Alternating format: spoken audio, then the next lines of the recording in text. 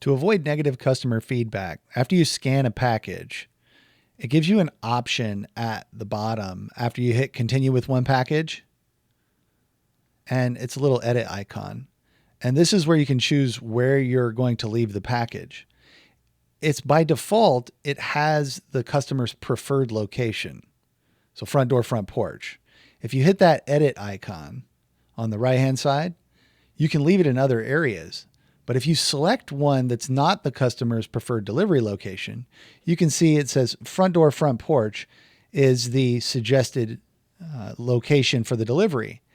So to avoid negative customer feedback, if you get this little yellow warning on one of the places you're going to leave it, it's best to contact the customer or actually leave it at the default location. So to avoid negative customer feedback, you leave it at the preferred delivery location. And if you have to leave it somewhere else, contact the customer.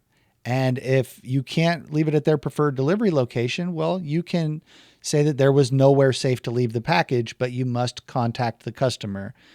Contact compliance is no longer on the scorecard, but it's been incorporated into the delivery completion rate. So to get proper contact compliance, always remember, you must press I've parked, and then you press unable to deliver, and then you contact the customer by calling first, let it ring 3 times, and then don't leave a message. If it goes to voicemail, just hang up.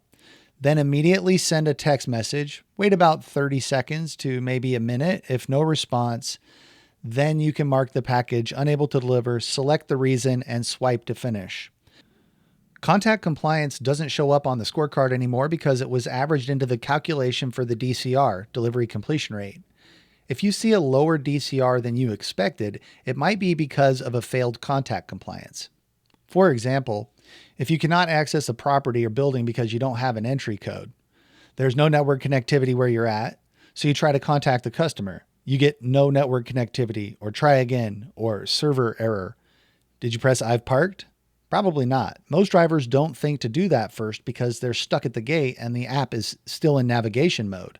You may not be close enough to the house to see the I've parked button. Go to the help menu and select GPS is not working, I'm at the address. If you do not press I've parked or GPS is not working, I'm at the address first, then when you make a contact attempt, it will not be recorded. You see the pop-up dialog box and it says call and text the customer, and you exit out of it because you already contacted the customer. But remember, you were in navigation mode. This is the #1 reason for contact compliance violations. When you press I've parked and then you contact the customer, it will pop up with a dialog that says contact the customer, call, or text. That is what you want to see every time you try to contact the customer. If you do not see this call or text pop up, it will not record your contact attempt. If you already contacted the customer and you see this box, that's the Flex app telling you that it doesn't think that you tried to contact the customer.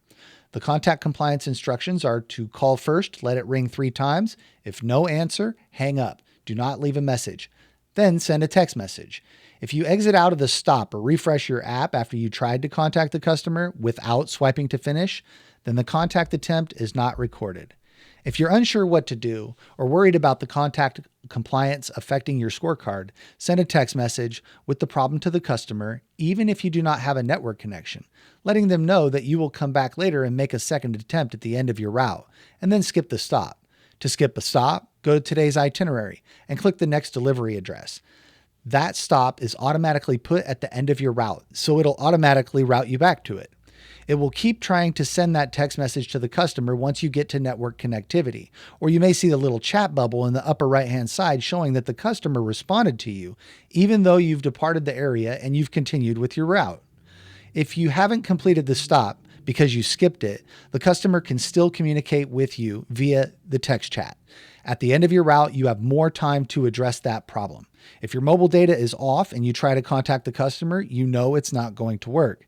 It might be best to skip the stop and try to come back later when you get to an area with cell phone network coverage, turn your mobile data back on, and then send that customer a text message letting them know what the problem is.